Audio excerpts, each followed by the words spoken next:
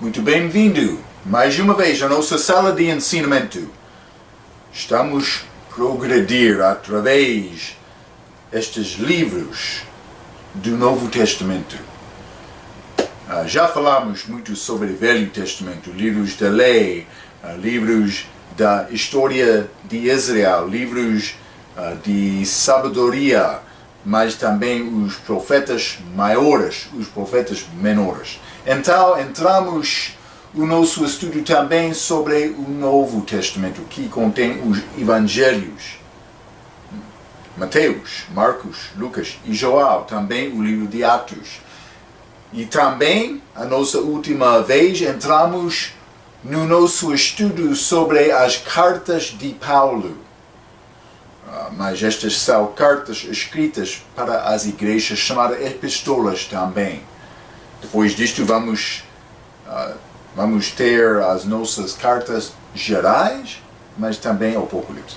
Mas estas cartas de Paulo, a maioria delas foram escritas para igrejas, mas alguns para pessoas, por exemplo, Timóteo e Tito, pastores, para dar-lhes instruções, mas também Filemon, homem cristão que tinha servo, mas Paulo falou como aquele servo, ele recebeu Cristo, ele fugiu do mestre dele, mas Paulo estava a pedir a Filemon para receber aquele servo novamente. Okay. Mas então vamos continuar com o nosso estudo hoje na página 48. No meio da página vou começar agora com o nosso estudo sobre 1 Coríntios. 1 Coríntios, uma igreja com que Paulo ministrou. Já vimos aqueles mapas mostrando as viagens missionárias de Paulo. Mas esta cidade de Corinto, ele alcançou aquela cidade muito perto a Roma. Então vamos aprender um pouco sobre Coríntios. 1 Coríntios, a porção do sul de Grécia é conectada ao continente Europa por um istmo estreito de 14 km de largura. Foi neste istmo que a cidade de Corinto existia. Por causa desta localização estratégica,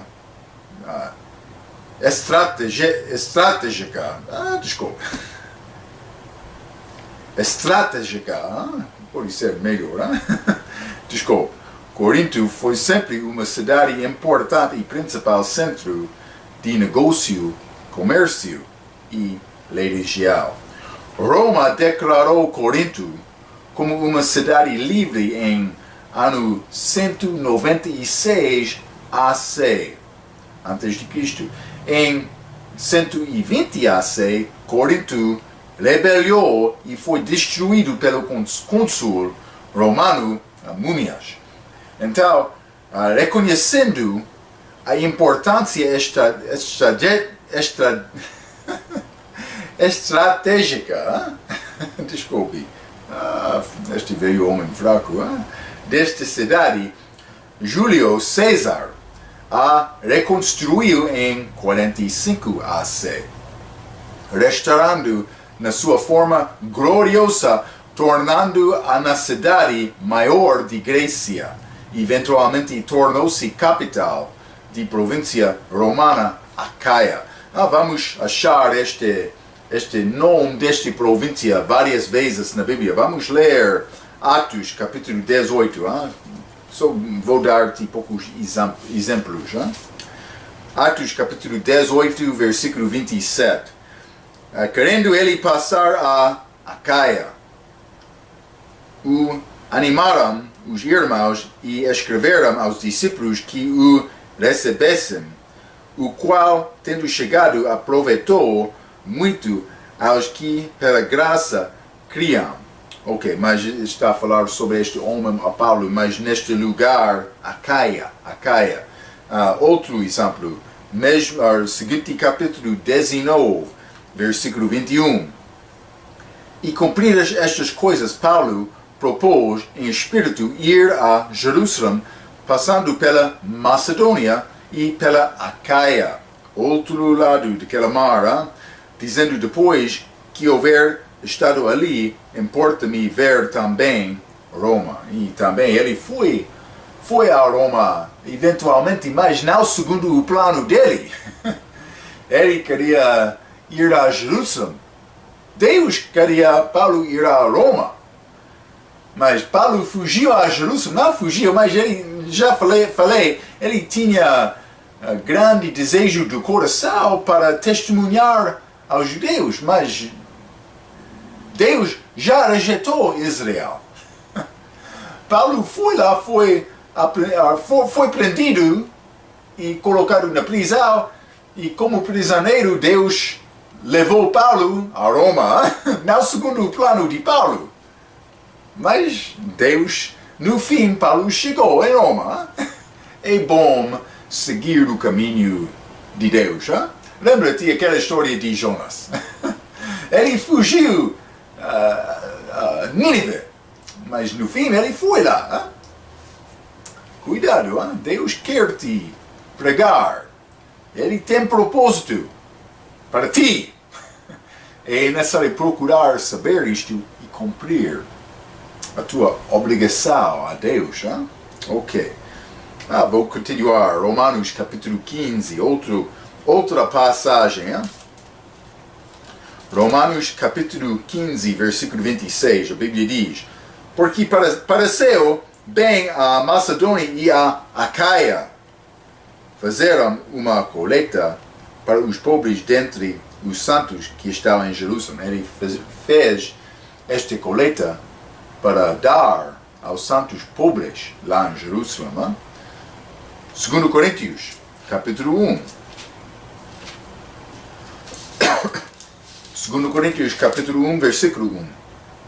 Paulo, apóstolo de Jesus Cristo, pela vontade de Deus, e o irmão Timóteo, a igreja de Deus que está em Corinto, com todos os santos que estão em toda a Acaia. Ok, Acaia, novamente, vai achar este lugar. Capítulo 9, vamos ler, 2 Coríntios, capítulo 9, versículo 2. Porque bem sei a prontidão do vosso ânimo, da qual me glorio de vós, para com os macedônios, que a Acaia está pronto desde o ano passado, e o vosso zelo tem estimulado muitos. Mas ele está a falar sobre uma colheita que ele há de fazer. Então, mas ele estava a fazer uma comparação entre Corinto e Acaia e estes em outro lugar. Mas Macedônia também é Acaia, mas outra parte. Mas Paulo queria mostrar, outros estão prontos, e você está pronto também para fazer esta colheita. Então, capítulo 11 também, versículo 10, como a verdade de Cristo está em mim, esta glória não me será impedida nas regiões de Acaia. Ok, Acaia é um lugar, mas entre este outro província, Galácia, Acaia e Roma, segundo o mapa. Por isso é desta maneira, Galácia, Acaia e Roma. Várias províncias, mas daquela dominação de Roma naquela altura. Ok, vou continuar na segunda parágrafo. Uma outra coisa que fazia com que Corinto fosse conhecida era a imoralidade.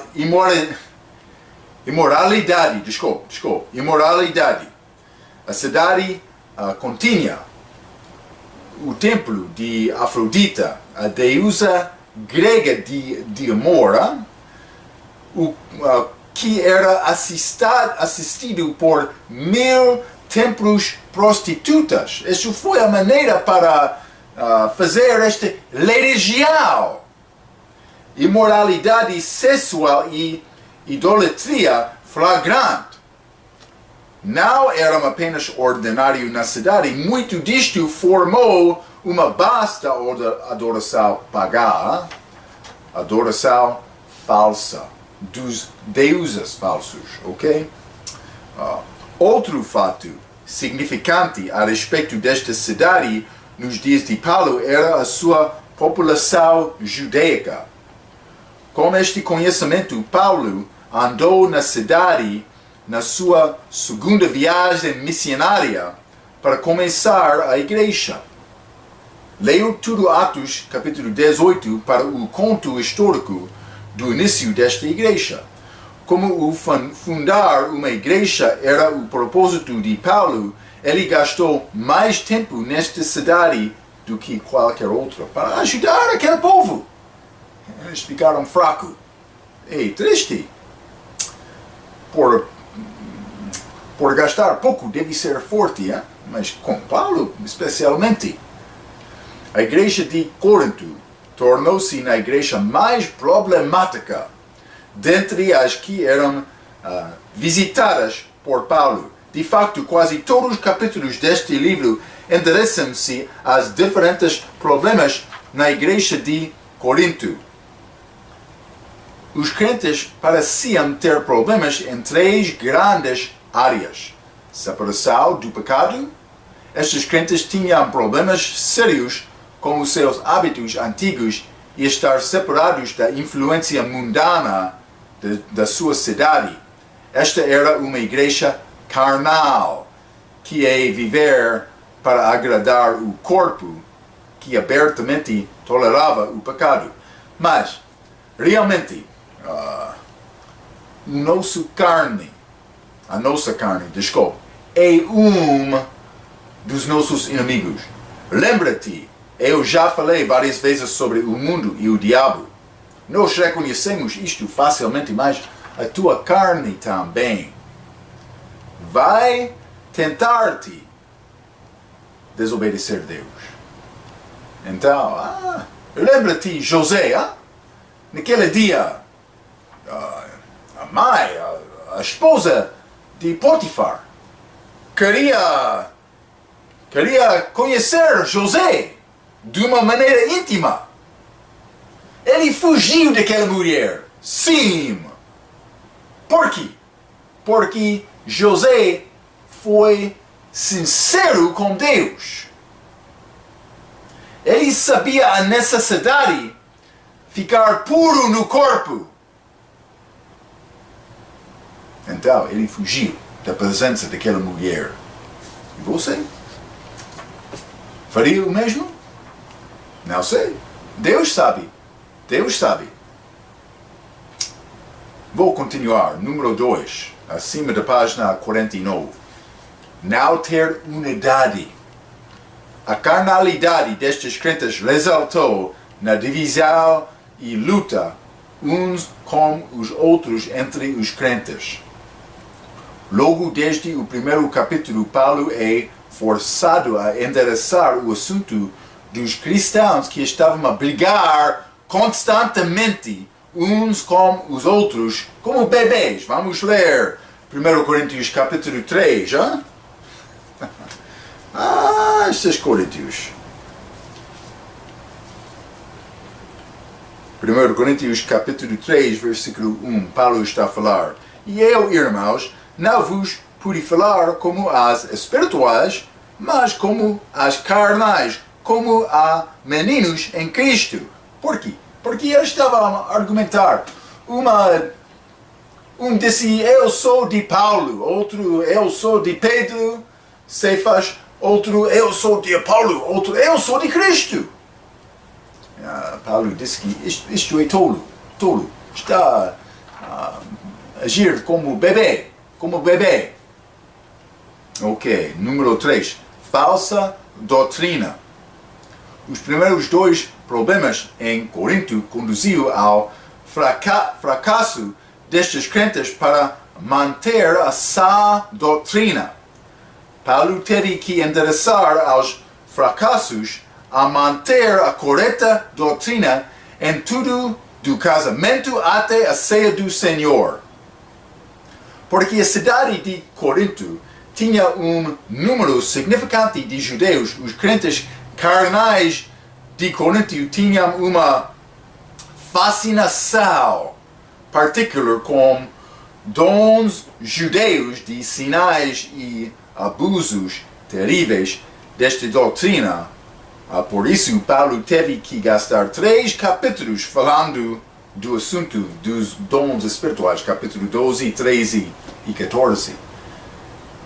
Eles queriam imitar aqueles dons dos apóstolos.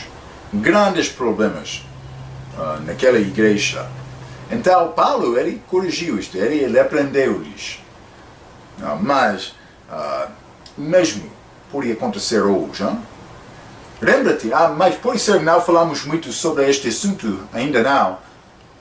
Mas aqueles sinais foram dados, segundo Isaías do Velho Testamento, profecia, foram dados aos judeus. Mas também Paulo disse o mesmo neste mesmo livro de Coríntios. Os sinais foram dados aos judeus. Lembra-te, Moisés.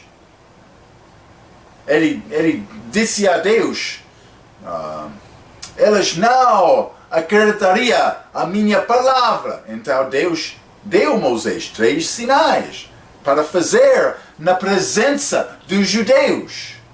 Porque os judeus pedem sinal. Não o grego quer sabedoria, mas não o judeu. Esta influência de dons espirituais estava lá por causa de muitos judeus estavam lá, ok?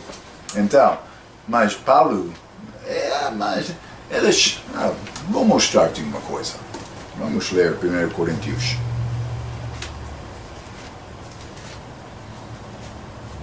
1 Coríntios, capítulo 14, hein? Vou ler versículo 1 a 4.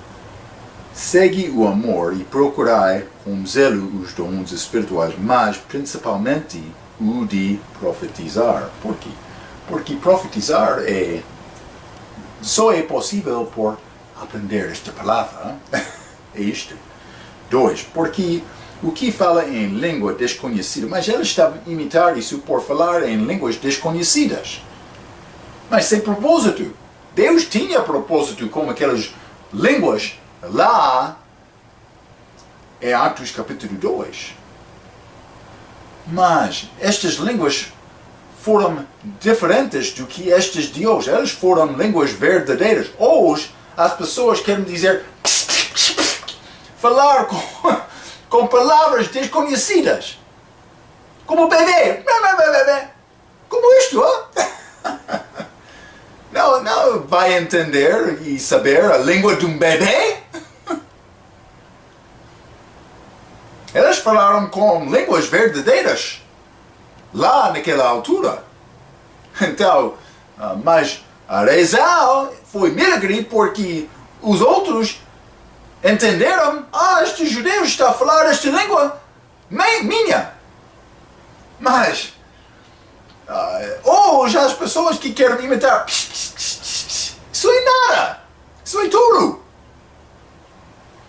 Também Paulo está, penso que o que aconteceu nesta igreja aqui, eles falaram com línguas verdadeiras, mas não milagrosamente como Atos capítulo 2. Eles estavam a imitar. Eu conheço esta língua, blá blá blá blá blá. Como isto. Porque o que fala em língua desconhecida por outros, não fala aos homens, senão a Deus, porque ninguém o entende, e em espírito fala mistérios. 3. Mas o que profetiza, fala aos homens para edificação, exortação e consolação. Isso é bom. Paulo está a dizer que é bom edificar outros. Isso é o nosso propósito como cristão. Para ajudar pessoas a ser salvos e crescer em Cristo, para edificar outros. 4. O que fala em língua desconhecida edifica-se a si mesmo. Mas o que profetiza edifica a igreja.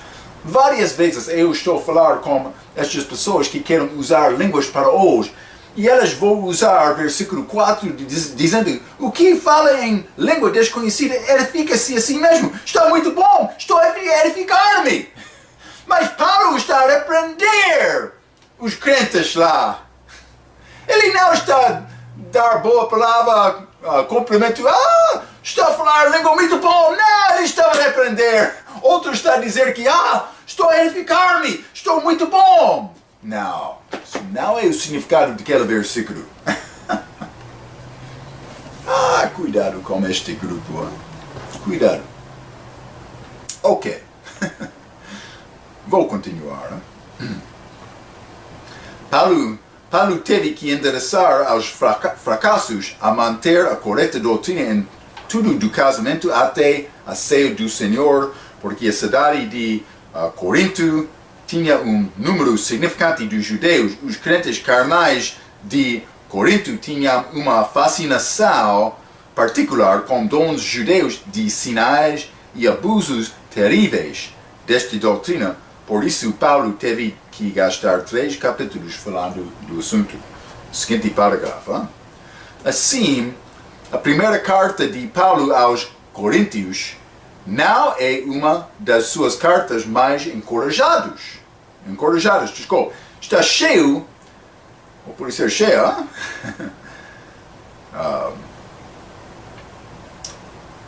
cheia de críticas e algumas palavras duras comparado com outras das suas cartas. Portanto, com muitas afirmações de assuntos tristes em muitas igrejas do mundo atualmente, esta primeira carta aos Coríntios provará ser muito relevante do que gostaríamos. É possível pensar que nós somos bons cristãos, mas esta carta mostra-nos estes grandes problemas. Nós somos mais carnais do que queremos pensar. É isto. Ok. Então, esta tabela, no meio desta página 49, no capítulo 15 deste livro, Paulo dá-nos um ensinamento melhor da Bíblia sobre o assunto da ressurreição. Então, a Bíblia fala sobre 7 ressurreições. Vou mostrar estas com esta linha, número 1 e 2, no início, a ressurreição de Cristo e a ressurreição de pelo menos alguns dos santos do Velho Testamento. Número 3, ressurreição dos crentes na salvação. E agora, número 4, ressurreição da igreja no arrebatamento. Isso é a segunda vinda de Cristo, a primeira parte. Número 5, ressurreição dos santos da tribulação no fim daquele período de 7 anos. Isso é a última parte, mas não a última parte, mas é a segunda vinda dele à terra. Para a igreja, ele vai chegar nos ares e nós vamos lá com ele.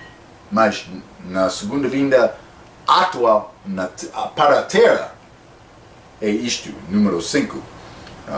Com a ressurreição dos santos da tribulação. Número 6, ressurreição de Israel como nação, também naquela mesma altura da vinda de Cristo.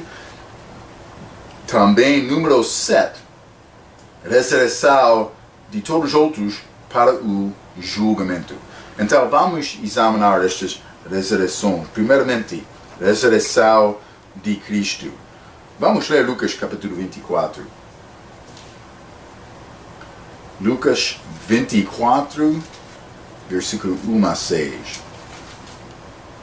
A Bíblia diz: e no primeiro dia da semana, muito de madrugada, foram eles ao sepulcro, levando as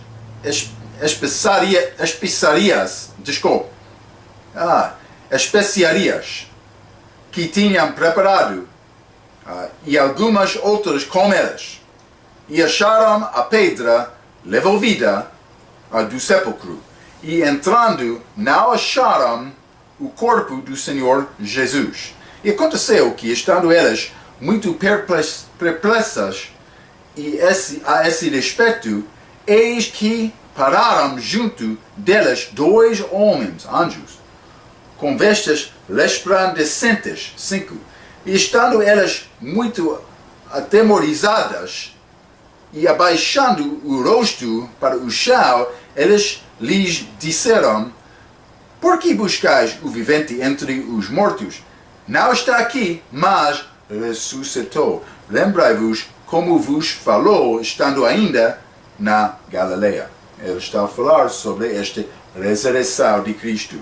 1 Coríntios 15 também, vamos ler. 1 Coríntios 15, versículo 3 e 4. A Bíblia diz: porque primeiramente vos entreguei o que também recebi, que Cristo morreu por nossos pecados, segundo as Escrituras, e que foi sepultado e que ressuscitou ao terceiro dia, segundo as Escrituras, ok? Ele morreu, ele ressuscitou. Ele está a viver agora, ok? Ele não vai morrer novamente. Mas este segundo, isso é a ressurreição de Cristo. Ressurreição de, pelo menos, alguns santos do Velho Testamento. Vamos ler Mateus. Mateus 27, versículo 50. A Bíblia diz: e Jesus, clamando outra vez com grande voz, rendeu o Espírito. E eis que o véu do templo se rasgou em 2, de alto a baixo, e tremeu a terra, e fenderam-se as pedras, e abriram-se os sepulcros, e muitos corpos dos santos que dormiam foram ressuscitados, e saindo dos sepulcros depois da ressurreição dele, de Jesus, entraram na cidade santa e apareceram a muitos. O que aconteceu? Cristo ressuscitou, e depois disto, os outros daqueles sepulcros ressuscitaram também. Mas Cristo primeiramente, ele foi o primeiro. Ok. Mas estes aconteceram quase a cerca de o mesmo tempo. Número 3. Ressurreição dos crentes na salvação. É muito bom. Vamos ler Efésios capítulo 2. Efésios capítulo 2.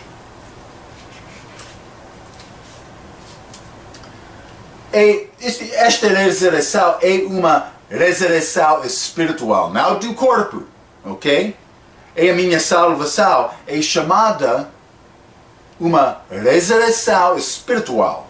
Vamos ler Efésios capítulo 2, versículo 1. E vos vivificou, estando vós mortos em ofensas e pecados.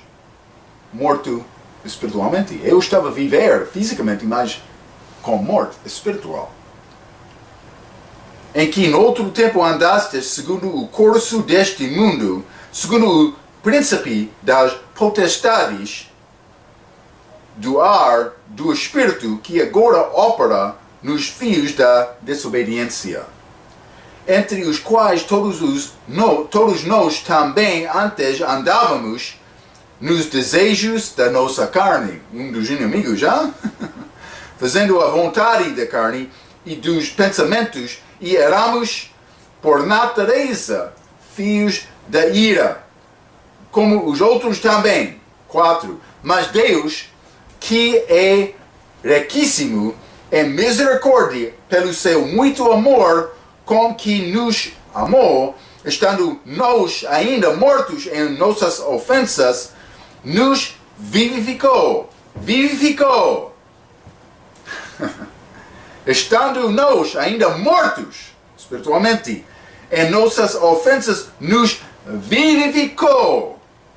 Juntamente com Cristo, pela graça sois salvos, e nos ressuscitou. Novo nascimento espiritual. Juntamente com Ele, e nos fez assentar nos lugares celestiais em Cristo Jesus. Agora estou a sentir lá. Desculpa. Estou a sentar-me lá. Desculpa. Mas estou lá com Ele agora. Espiritualmente. Fisicamente estou aqui, mas espiritualmente estou com Ele em Cristo. A Bíblia diz. como é possível? Mas Cristo estava na terra e no céu no mesmo momento. João capítulo 3, penso que 13. É verdade. Ok. Então, mas isso é ressurreição espiritual, número 3. Vou continuar, vamos deixar Romanos capítulo 6, mas quase a mesma coisa está a falar sobre batismo também. Batismo espiritual, não física. Mas batismo físico é uma figura do batismo espiritual. É isto. Número 4. Ressurreição da igreja no arrebatamento. Então vamos ler 1 Tessalonicenses, capítulo 4. Vou ler versículo 13 até 18. 1 Tessalonicenses, capítulo 4. Não quero, porém, irmãos, que sejais ignorantes acerca dos que já dormem, para que não vos entristeçais como os demais que não têm esperança. Porque se cremos que Jesus morreu e ressuscitou, assim também aos que em Jesus dormem, Deus os tornará a trazer com ele. Dormir em Cristo é a pessoa que é salvo com a vida eterna, mas o corpo dele está no sepulcro. Ele já morreu fisicamente. A alma está com Cristo naquele momento. Do cristão, não de todos. Mas o corpo dele fica no sepulcro, no chão. 15. Dizemos-vos, pois, isto, pela palavra do Senhor, que nós, os que ficarmos vivos para a vinda do Senhor, não precederemos os que dormem. Porque o mesmo Senhor descerá do céu com alarido, e com voz de arcanjo, e com a trombeta de Deus, e os que morreram em Cristo ressuscitarão primeiro. Isso é o corpo deles. Depois nós, os que ficarmos vivos, seremos arrebatados juntamente com eles nas nuvens, com novo corpo também. Mas estas pessoas vivos nesta vinda de Cristo não vão morrer fisicamente. É possível, ele vai voltar hoje. Devemos esperar isto. A encontrar o Senhor nos ares, e assim estaremos sempre com o Senhor, portanto, consolai-vos uns aos outros com estas palavras. Ok, é a nossa esperança, a segunda vinda de Cristo, para tirar-nos fora deste mundo. Vai ser muito bom com Ele. Estou a esperar naquele dia. Mas, número 5, ressurreição dos santos da tribulação, este período de aflição, angústia de Jacó, depois, mas durante estes 7 anos, depois do arrebatamento da igreja, mas antes da segunda vinda de Cristo, a terra. Ok, então, Apocalipse capítulo 20, vamos ler.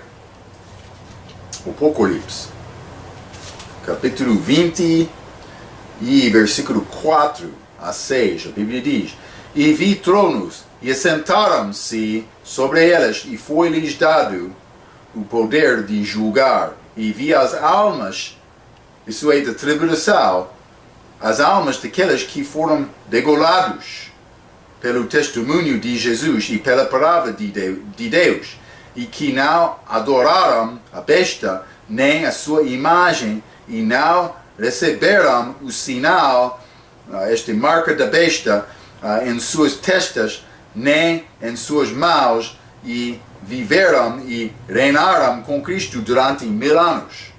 Mas os outros mortos não reviveram, até que os 1000 anos se acabaram. Esta é a primeira ressurreição, versículo 4, a primeira ressurreição. Bem-aventurado e santo aquele que tem parte na primeira ressurreição. Sobre estes não tem poder a segunda morte, mas serão sacerdotes de Deus e de Cristo, e reinarão com ele 1000 anos. Ok, então, mas este número 4, número 5, acontece na segunda vinda de Cristo. É uma ressurreição física do corpo daqueles crentes que morreram durante este tribulação, ok? Então, número 6, ressurreição de Israel como nação. Vamos ler Romanos, capítulo 11. Lembra-te, eles rejeitaram Cristo. Eles são cegos espiritualmente agora por causa desta rejeição. Mas, na segunda vinda dele, eles vão reconhecer o Salvador deles novamente. Romanos capítulo 11, versículo 25 e 26, a Bíblia diz: porque não quero, irmãos, que ignoreis este segredo, para que não presumais de vós mesmos, que o endurecimento, ou este cego, veio em parte sobre Israel, até que a plenitude dos gentios, este período dos gentios, haja entrado. E assim todo o Israel será salvo, como está escrito: de Sião virá o libertador e desviará de Jacó as impiedades. Então, eles vão reconhecer Cristo e os olhos deles serão abertos naquele momento. Vai acontecer. Isso é Israel, é chamado ressurreição. Mas também, número 7, já limos um pouco sobre isto, mas ressurreição de todos os outros para o julgamento. Vamos ler Apocalipse capítulo 20 novamente. Apocalipse capítulo 20, vou ler versículo 11 a 13. A Bíblia diz: e vi um grande trono branco, e o que estava assentado sobre ele, de cuja presença fugiu a terra e o céu, e não se achou lugar para eles. E vi os mortos, grandes e pequenos, que estavam diante de Deus, e abriram-se os livros, e abriu-se outro livro, que é o da vida. E os mortos foram julgados pelas coisas que estavam escritas nos livros segundo as suas obras. E deu o mar os mortos que nele havia, e a morte e o inferno deram os mortos que neles havia, e foram julgados cada um segundo as suas obras. Então, isso é julgamento depois do reino milenar de 1000 anos de Cristo. Julgamento no fim, com ressurreição, a Bíblia diz, ok? Mas estas são 7 ressurreições. Então, mas número 3 é espiritual, isso é a ressurreição do crente na salvação. Número 6 é nacional e terreno. Israel vai reconhecer o Salvador deles. Mas a ordem desta ressurreição, vamos ler novamente, limos outra vez 1 Coríntios capítulo 15. 1 Coríntios capítulo 15, vou ler versículo 22 a 24. A Bíblia diz: porque assim como todos morrem em Adão, assim também todos serão vivificados em Cristo. A pessoa em Cristo é a pessoa salva. Mas cada um por sua ordem. Cristo as primícias. Também como aqueles que ressuscitaram com ele, mas depois dele, com ele, lá em Mateus capítulo 27. Mas Cristo as primícias. Depois os que são de Cristo na sua vinda. Por isso a primeira parte, arrebatamento da igreja. Mas depois de 7 anos também aqueles outros crentes. Depois virá o fim, mas isso é o último dia do Senhor que passa 1000 anos. Quando tiver entregado o reino a Deus, ao Pai, no fim daquele reino, e quando houver aniquilado todo o império e toda a potestade e força. Ok. Deve estudar e pensar e meditar sobre estes assuntos. Está a falar sobre este programa da ressurreição, estas ressurreições físicas que vão acontecer segundo a palavra de Deus, ok? Então, vou continuar abaixo de página 49 com 2 Coríntios. 2 Coríntios, a segunda epístola de Paulo, ou carta de Paulo, à igreja de Corinto, é provavelmente a sua carta mais pessoal. Existia um elemento nesta igreja que desafiava a sua autoridade e a autenticidade do seu apostolado. Eles duvidaram Paulo como apóstolo. Eles não queriam ouvir a autoridade dele. Hein? É isto. Nesta epístola, Paulo fala mais do seu ministério, abrindo o seu coração para aqueles crentes e mostra-lhes o seu verdadeiro motivo, tal como o seu amor por eles. Vou continuar acima da página 50. Às vezes, 2 Coríntios é referido como o livro de ministro, pela forma que demonstra sobre como o ministro de Deus deve pensar, operar e cuidar das pessoas de Deus, tendo dado o seu cuidado. Deve lembrar que o livro de 1 Coríntios foi grandemente rejeitado pela falta de unidade, pecado e falsas doutrinas que estavam sendo toleradas na igreja de Corinto. O tema claro em todo o livro de 2 Coríntios é a ideia de conforto. Paulo escreveu com espírito mais humilde nesta carta. Paulo está essencialmente dizendo que as recusas foram feitas e muitos arrependeram-se com tristeza segundo Deus. Vamos colocar atrás estes problemas da nossa vida e vivermos corretamente e servirmos Deus. Isso é uma das razões. Eles arrependeram, hein? Mudaram o comportamento deles. Este livro é excelente para os crentes com problemas de culpa e verdadeiramente aceitando o facto que uma vez que Deus tem perdoado o pecado, Ele também perdoa aquele pecado e não apega-se a este contra nós. Mas é necessário, primeiramente, ser este arrependimento, desculpa, com tristeza. Mas muitos querem perdão de Deus sem arrepender. E isto, Deus quer o teu coração genuíno. Ele não quer um homem falso que quer aparecer bem aos homens, mas com Deus não é nada. Não, ele não quer isto. Ok. Vou continuar. Gálatas. A palavra Gálatas refere-se às pessoas da terra de Galácia. Este foi o nome de uma província romana de Ásia Menor, tempo moderno, a Turquia, que incluía as cidades de Antioquia, Icônio, Listra e Derbe, estas cidades em que Paulo iniciou igrejas. Paulo visitou esta área na sua primeira viagem missionária em Atos capítulo 13 e 14. A epístola para os Gálatas é única sobre 4 contas entre os livros escritos por Paulo. Paulo fez a recente escritura, número 1, Paulo fez a recente escrita por si próprio. Na maioria das suas outras epístolas, Paulo ditou, enquanto mais uma pessoa fez a recente escrita. Então vamos considerar primeiramente Gálatas capítulo 6. Gálatas capítulo 6 e versículo 11. A Bíblia diz: Vede com que grandes letras vos escrevi por minha mão. Provavelmente grandes letras porque a vista de Paulo foi fraca, por causa, penso que, daquela visão de Cristo.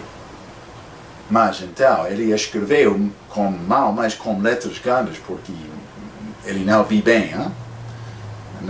Não viu bem, desculpa. Mas também, vamos ler Romanos capítulo 16, e versículo 22, a Bíblia diz: E Tércio, que esta carta escreve, vos saúdo no Senhor. Então ele escreveu aquela carta para ajudar Paulo. Hein? Número 2. Nenhuma igreja é referida, além de referir-se a uma igreja particular ou pastor da igreja. Paulo refere-se a um grupo das igrejas, não só uma igreja. Ele escreveu esta carta. Ele escreveu com a mão dele, mas para o grupo das igrejas. estas igrejas mais perto a Jerusalém do que aquelas em Acaia ou Roma.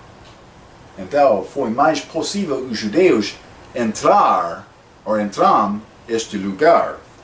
Vamos ler Gálatas capítulo 1 e versículo 2. Vou ler 1 também. Hein? Paulo, apóstolo, não da parte dos homens, nem por homem algum, mas por Jesus Cristo e por Deus Pai, que o ressuscitou dentre os mortos, e todos os irmãos que estão comigo, às igrejas de Galácia. As igrejas, ele escreveu, há muitas igrejas, mais, pelo menos 4 aqui, hein? Pode ser mais. Número 3. Nenhuma igreja referida neste livro é vista como um dos santos, como Efésios 1:1. Vamos ler, hein? Lembra-te, santos são os crentes. Mas Paulo não usou esta terminologia, esta palavra, santo, por escrever neste livro de Gálatas. Efésios, capítulo 1, versículo 1. Paulo, apóstolo de Jesus Cristo, pela vontade de Deus, aos santos que estão em Éfeso e fiéis em Cristo Jesus. Ele não disse santos, por escrever Gálatas, mas, ou sendo em Deus. 1 Tessalonicenses, capítulo 1, vamos ler, hein? Vamos examinar estas escrituras um pouco. 1 Tessalonicenses, capítulo 1 e versículo 1. Paulo e Silvano e Timóteo, a igreja dos Tessalonicenses em Deus, o Pai, e no Senhor Jesus Cristo, em Cristo também. Graça e paz tenhais de Deus, nosso Pai, e do Senhor Jesus Cristo. Mas ele não disse em Deus, as Gálatas. Ele não disse em Cristo. Não. Também o de Deus. 1 Coríntios, capítulo 1. Hein? 1 Coríntios, capítulo 1 e versículo 2. A igreja de Deus. A igreja de Deus que está em Corinto. Ok? Mas ele não usou estas expressões por escrever as Gálatas. Por causa disso, podem ser achados versículos em todo o livro de Gálatas que vão referir-se ao povo perdido. Lembra-te, Paulo tinha grande dúvida da salvação deste povo. Por quê? Porque eles pensavam que salvação foi pelo guardar a lei, obras, ou foi guardar salvação. Eles pensavam que salvação veio pelas obras, por guardar a lei, ou salvação foi guardada por observar a lei. Hein? Boas obras. É isto. Paulo tinha dúvida. Realmente é salvo ou não? Por causa desta doutrina má deles. Ok, vou ler novamente. Por causa disso, podem ser achados versículos em todo o livro de Gálatas que vão referir-se ao povo perdido, bem como o povo salvo. Não existe ninguém na Igreja Universal, o corpo de Cristo, que é não salvo. Todas as pessoas salvas estão naquele corpo espiritual, isso é entrar. Mas não é possível entrar sem este nascimento espiritual, novo nascimento. Então Deus sabe quem na verdade é salvo. Ele sabe isto. Mas nas igrejas físicas, pessoas vão entrar salvas, mas é possível outros entrar também sem salvação. Deus sabe isto, mas por isso o pastor não sabe isto. Está a ver, hein? Ok. Não existe ninguém na Igreja Universal, o corpo de Cristo, que é não salvo. Mas quase em cada igreja local, não importa como eles fazem a triagem dos novos membros, terão poucos perdidos misturados com os santos. Vou dizer isso. É mais importante, pastor, antes de receber uma pessoa como membro da igreja, antes de batizar uma pessoa, Pastor, deve ter conversa com esta pessoa. Aquela pessoa deve explicar bem salvação a ti. Ou pode pedir para esperar um pouco. Mas pastor, para fazer conversa boa, é necessário você entender bem salvação também, hein? É necessário. É necessário. 4. Paulo não pede ninguém nesta carta para orar por ele, algo encontrado em todas suas outras epístolas da igreja. Ok, vou continuar abaixo desta página. O livro de Gálatas foi escrito em resposta a um problema. Um problema que, em princípio, fustigou a Jerusalém em Atos 15, Atos 15, versículo 1 e 5. Vamos ler Atos capítulo 15, hein?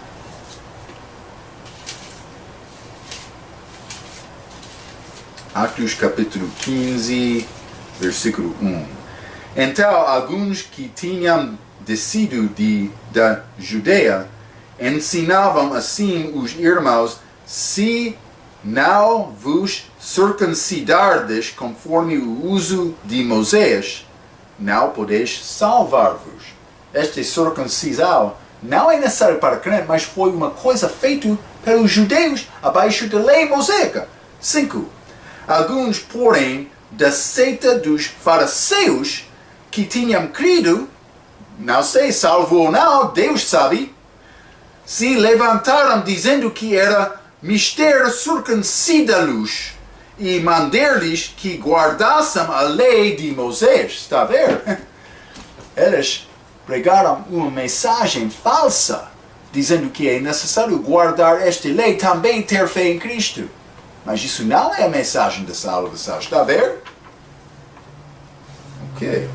As igrejas de Galácia estavam aparentemente sujeitas à heresia concernente à doutrina da salvação. Alguns falsos professores estavam a tentar convencer os gálatas que eles precisavam de guardar a lei do Velho Testamento depois de eles serem salvos, a fim de permanecerem salvos, ou por ser para ser salvos também. Este livro levará, alguma frustração de Paulo, também eu, em aqueles que expandiram a doutrina falsa e igrejas que engoliram-na, de algum modo, tom de ira desta carta. Existem algumas referências para amor e o lado prático boníssimo de cristandade, mas o tom geral de Gálatas é uma das reprovações, repreensões e posições estreitas espirituais do comportamento dos seus filhos. Gálatas é um livro companheiro de Romanos. Ambos livros mostram ao crente detalhes corretos à doutrina da salvação. Tem dúvida de salvação? Deve aprender este livro. Mas Paulo, ele tinha dúvidas. Ele chegou pregando o evangelho dele. Mas na chega dele, segunda vez ou terceira vez, ele observou estes crentes, eles queriam guardar a lei. Ele ficou com surpresa. Está salvo realmente? Cuidado. Se você quer enganar, cuidado. Se você não tem certeza da tua salvação, cuidado. Salvação não é pelas obras, não é pela lei. Salvação é pela graça, por meio da fé. É um dom gratuito. Por receber Cristo, recebo também a justiça dele, a justiça perfeita. Lembra-te, a minha justiça, marca o pecador, é trapo de imundícia. Para entrar lá, é necessário ter justiça perfeita, que só é possível em Cristo. Eu tenho a justiça de Cristo, a justiça de Deus, que é necessário para ter a vida eterna, porque recebe Cristo muitos anos atrás este novo nascimento. espero que já tem esta salvação. É mais importante. Então, depois de entender e saber bem no coração, depois de ser salvo, deve falar com o outro. Ok. Até a nossa próxima vez. Muito obrigado.